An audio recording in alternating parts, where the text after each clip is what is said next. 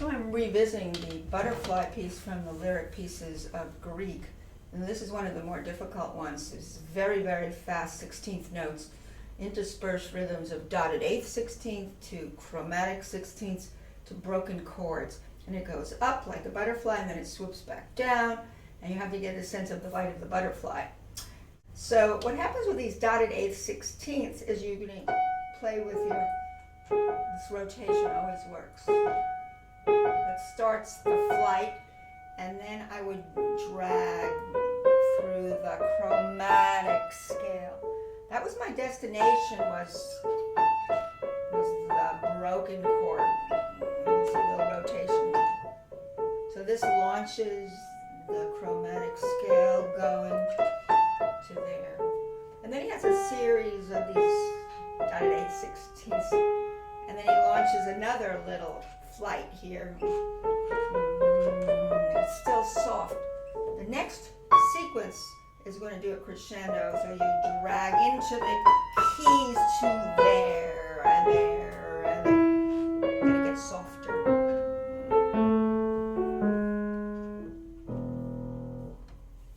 So that's what's happening. You have to be really careful when you practice slowly that you get the shape of the swirling around dotted 8 16 into the draggy chromatic scale, and then the destination in that measure, at least, broken chord.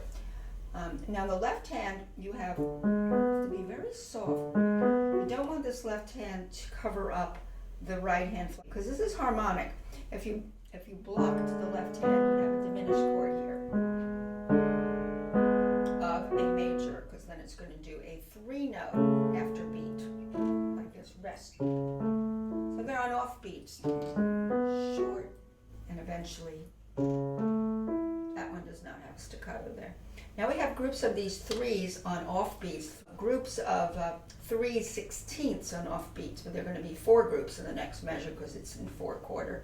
So rest, roll, rest, and roll, and rest, and roll, and rest. What you have to be really careful about is not smacking the 5, because the 5 is just rolling up on an offbeat, which means it cannot come out as a poke, but it's a roll, rest, a roll, a rest, and roll, a rest, rest, and roll, a. Now the group of 4 rest has a staccato on it, and eventually. Now a little bit of crescendo, but mostly that's going to be done in the right hand. But I do a little bit more arm weight here.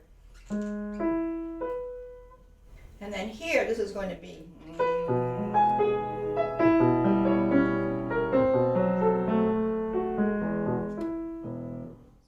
So as I inch up my tempo, I do want to make sure that my left hand and my right hand meet at the right juncture, such as in slow tempo, we realized. You can see the places where the hands meet. Be careful about that. Right there. So I'm going to be real careful about that. So when I inch up, I don't want to lose the synchronization between the hands and where the hands belong together. It's easy for that to happen when you get really fast. It gets not exactly what the music says. So I go quicker now. And up.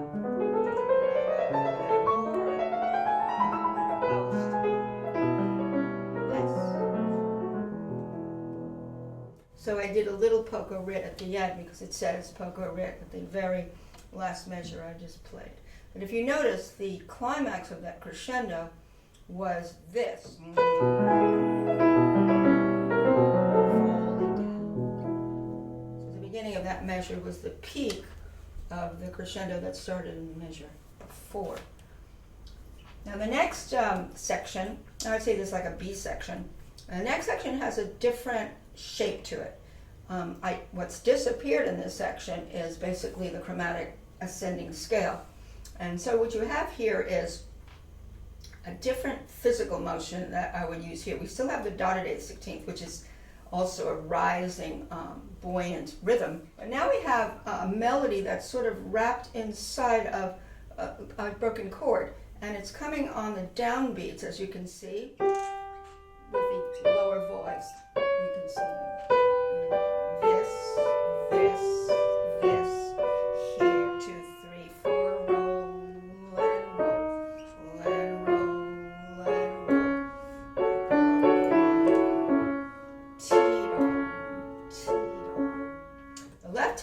going to have that same figure of the offbeat, a broken chord, and this is a 3-note offbeat.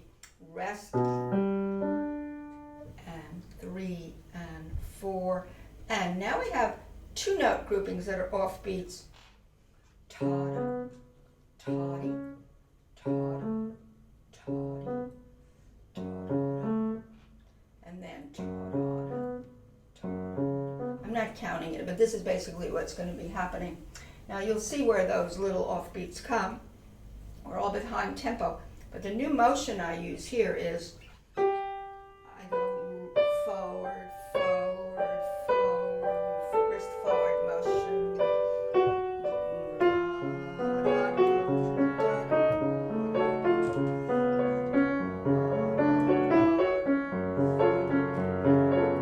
Now this is a little interlude.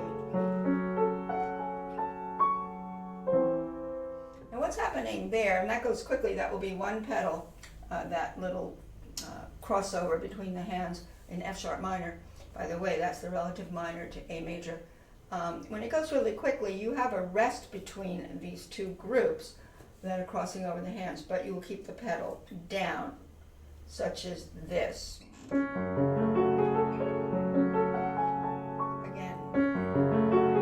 rest.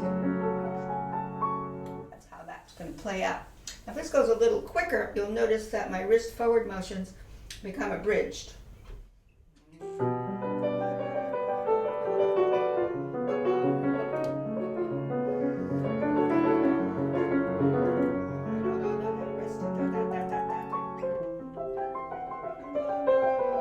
Now what I do here, this is a sequence of what I did before when I started on G. Now I'm doing a sequence with a broken chord C major, where I had a broken chord seeming like it would be G major, even though it is not G major because it has C sharp in there.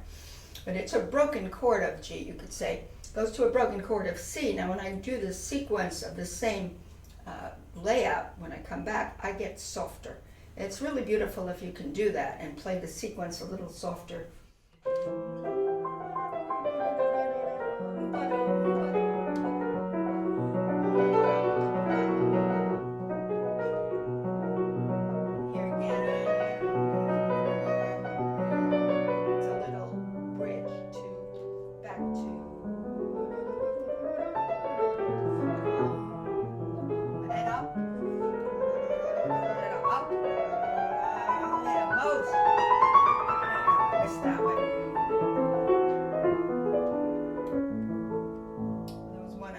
Left hand there, my right hand took over.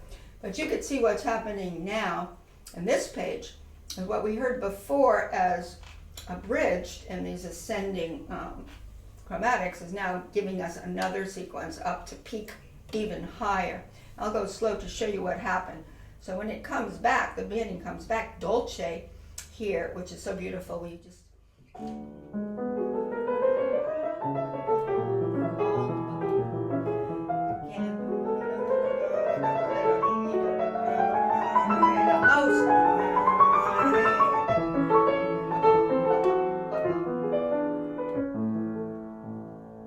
higher and higher. And you have that very good fingering, very good fingering. It's really important that you finger that well. There's a fingering here I disagree with. They have a thumb here on this particular sequence, but here I use a 2-1. It's much easier instead of a 5-1. It gets very trapped with a 5-1 there.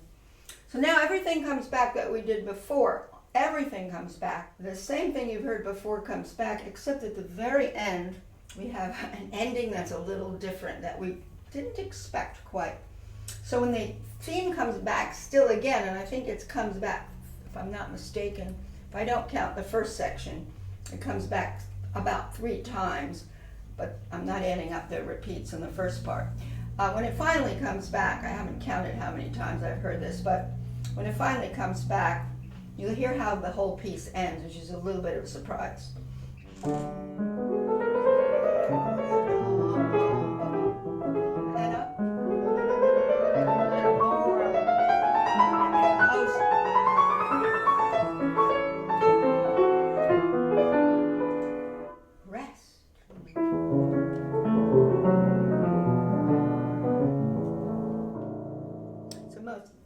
incredible ending because we think we're just going to keep going without any rest. That will stop the flow of the ending, but he does have this wonderful rest that you have to breathe over and crest over to what comes next, hearing the last note you heard.